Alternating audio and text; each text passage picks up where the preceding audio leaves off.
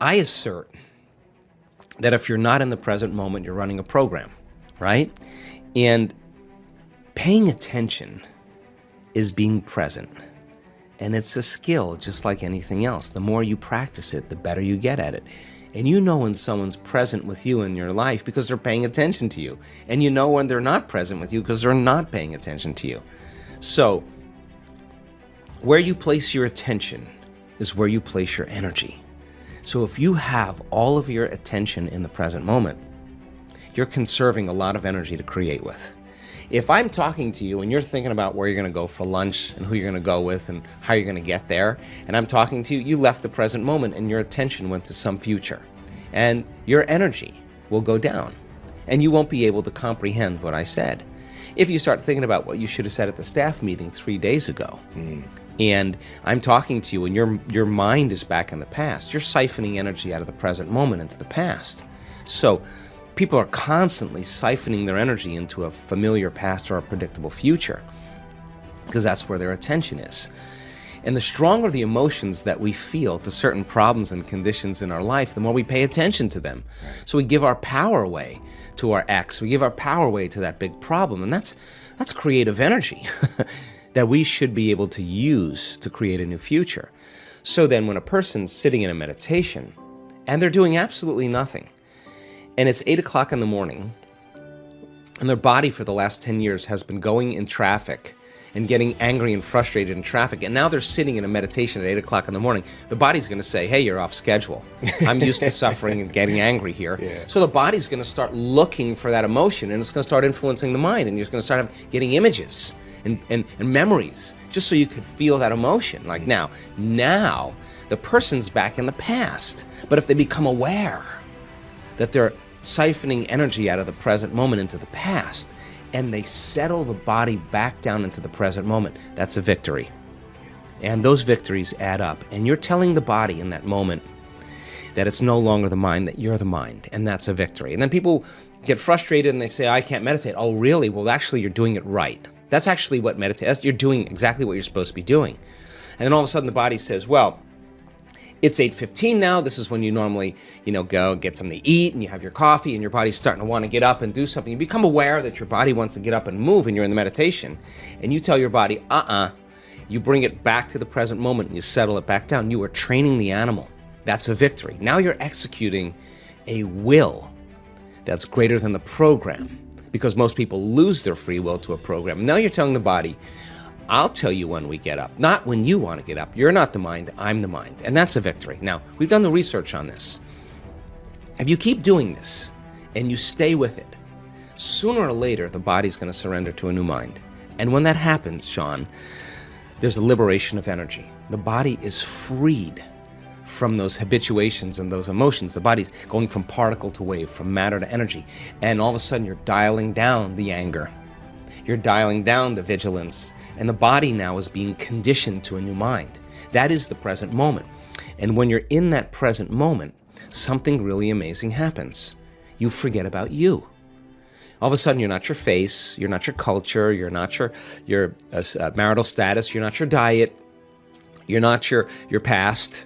You're basically just an awareness. You're in the unknown. And that is the perfect place to create from. So it turns out that when people do this properly, they heal themselves of anxiety. Why? Because they're no longer obsessing about some future. When they find the present moment, they heal from their depression because they're not a bit hopeless and powerless in their past. The body's conditioned now. And so then, when they overcome themselves in their meditation and they step out into their life, they are more present. They can connect. They are more patient. They are more loving because they overcome the animal part of themselves. And the beauty behind that is that all of a sudden, you're not predictable. All of a sudden, something's different about Sean. He's not, I'm noticing he's not behaving the same way. You're out of the known, right? You're in the unknown. And all of a sudden, people, it's no longer what you're saying to them. It's who you are. They're just kind of scratching their head going, hey, he looks like he's really happy. I want some of that. And now, we're out of the philosophical, theoretical realm. We're in the practicum, which is where really the magic happens. So the eternal present moment, the sweet spot of the generous present moment, is the place we can create from. And when we're there, we disconnect from our bodies. We become nobody. We disconnect from people in our lives. We're not thinking about our ex or our boss. We are no one. We're not thinking about our cell phone or our computer. We are no thing. We are not thinking about where we live, where we work, where we sleep. We are nowhere. And we're not thinking about the predictable future and the familiar past. We're in no time. And when you're disconnecting or dissociating from everything known, you're in the unknown, and that's where the magic happens. So if you're sitting in your meditation and your brain is going, you can't quit, it's too hard, you're becoming familiar with those thoughts, that's a meditation. There's no such thing as a bad meditation. There's just overcoming yourself. You're sitting there and your body wants to get up and do things and check your email and check your texts, and you become aware that it's doing that, and you become familiar with that, you're in a meditation. If you're realizing that you're angry and frustrated and resentful and all you're doing is sitting there, that's in there. Now you're becoming familiar with that old self. That's a good thing. And if you start saying, what thoughts do I want to fire and wire in my brain, and you keep firing and wiring them, you're going to become familiar with those. You start reviewing who you're going to be when you open your eyes, and you keep reviewing it, reviewing it. You keep firing and wiring, it's going to become familiar to you. And if you trade resentment and impatience for gratitude and freedom and joy, and you start making those chemicals in your meditation every single day, I swear to you, you'll get familiar with that. So the process of change is unlearning and relearning. It is breaking the habit of the old self and reinventing a new self. And we use meditation as a way to change our brain and body to be different, be greater than the environment, be greater than our emotions and habits, and be greater than the predictable future and the familiar past. So meditation is a way then to get us in the right state of mind and body. So when we present ourselves to the world, we're a better expression of it. And then practicing and staying aware your entire day so that you can actually master something about yourself. Now, what's the side effect of that?